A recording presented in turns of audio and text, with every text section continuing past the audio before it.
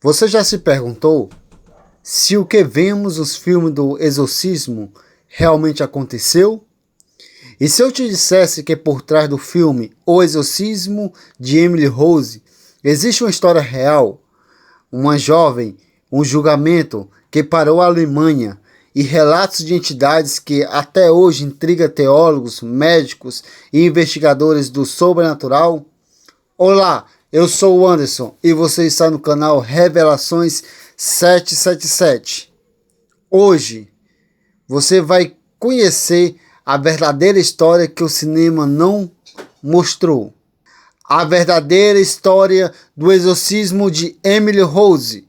O que o filme não te contou. Mas, antes, se você acredita que o mundo espiritual é real, já deixe seu like, porque essa história não é para os fracos. Parte 1. Emily Rose nunca existiu. Apesar do nome do filme, Emily Rose nunca foi uma pessoa real.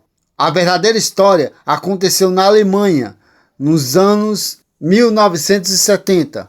O nome da jovem era Anneliese Michel. Filha de uma família católica extremamente devota, Anneliese começou a apresentar sintomas estranhos aos 16 anos. Desmaios, convulsões, vozes, aversões a símbolos religiosos e comportamentos que os médicos não conseguem explicar completamente. Durante anos, ela foi tratada como paciente psiquiátrica.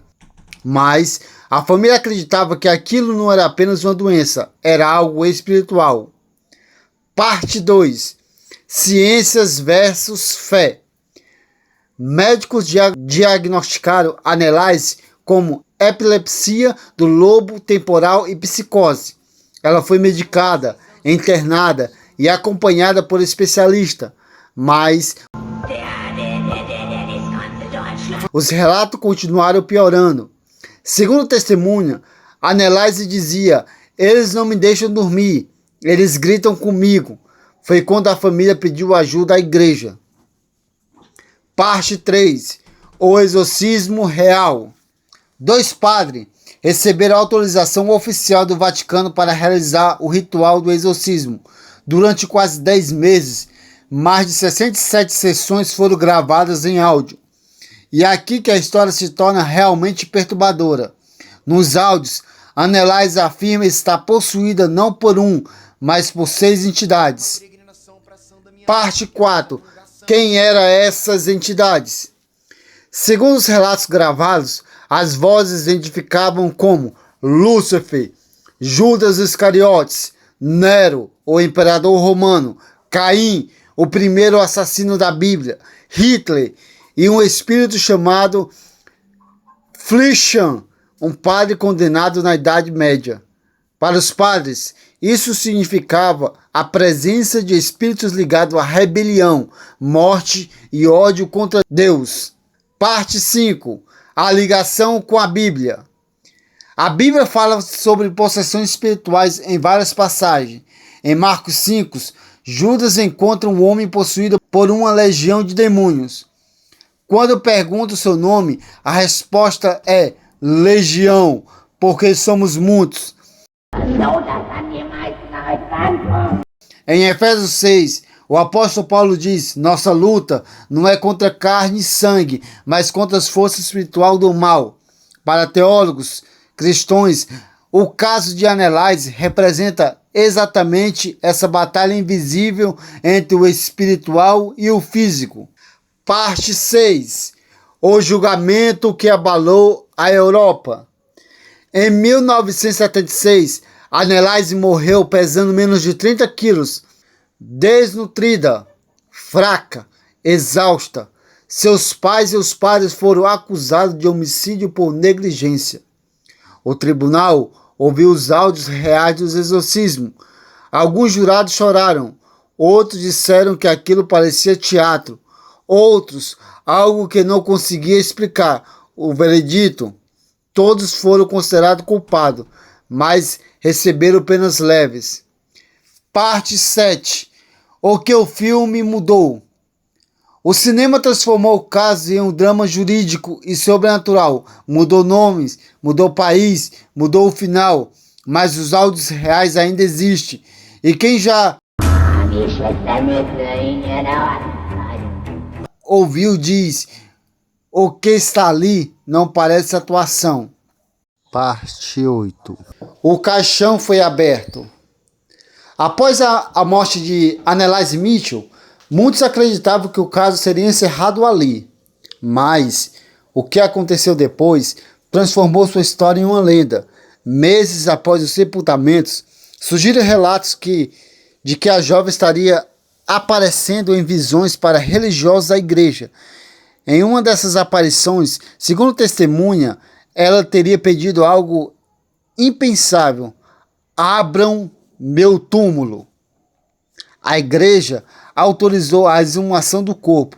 Quando o caixão foi retirado da terra, algo chamou a atenção imediatamente. O estado do corpo não correspondia ao nível de decomposição esperado para o tempo em que ela estava enterrada. Para alguns, aquilo era apenas uma explicação natural ligada ao solo e ao clima. Para outros, era um sinal espiritual. Parte 9. A visão da feira. Um dos relatos mais estranhos veio de uma feira que afirmou ter tido uma visão de Anneliese em um local descrito como uma feira espiritual. Segundo esse testemunho, a jovem teria dito: seu sofrimento não havia sido em vão, que a sua história serviria como um alerta ao mundo sobre a existência do mal espiritual. Para a igreja, essa experiência foi interpretada como uma possível mensagem de redenção. Para os céticos, apenas mais um efeito psicológico causado pela comoção do caso. Mas a pergunta permanece: como alguém que já partiu ainda pode ser visto? Parte 10. O mistério que nunca foi enterrado. O túmulo foi fechado novamente. O julgamento terminou. Os áudios foram arquivados. Mas até hoje, investigadores do sobrenatural, teólogos e curiosos afirmam que o caso de Anneliese Mitchell nunca teve um ponto final, porque histórias assim não morrem. Elas apenas esperam ser descobertas de novo. Você acabou de ouvir uma das histórias mais reais e assustadoras já registradas entre a fé, a ciência e o sobrenatural. Agora me diga nos comentários: você acredita que Anneliese Mitchell estava doente ou possuída?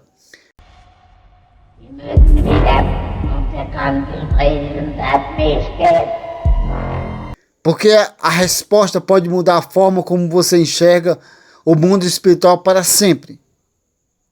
E se você acha que isso foi perturbador, espere até conhecer a entidade que, segundo o registro da própria igreja, aparecia vestido como uma feira, um demônio antigo, um nome proibido, uma presença que atravessou séculos. No próximo episódio, nós vamos revelar a verdadeira origem de Valak, a feira.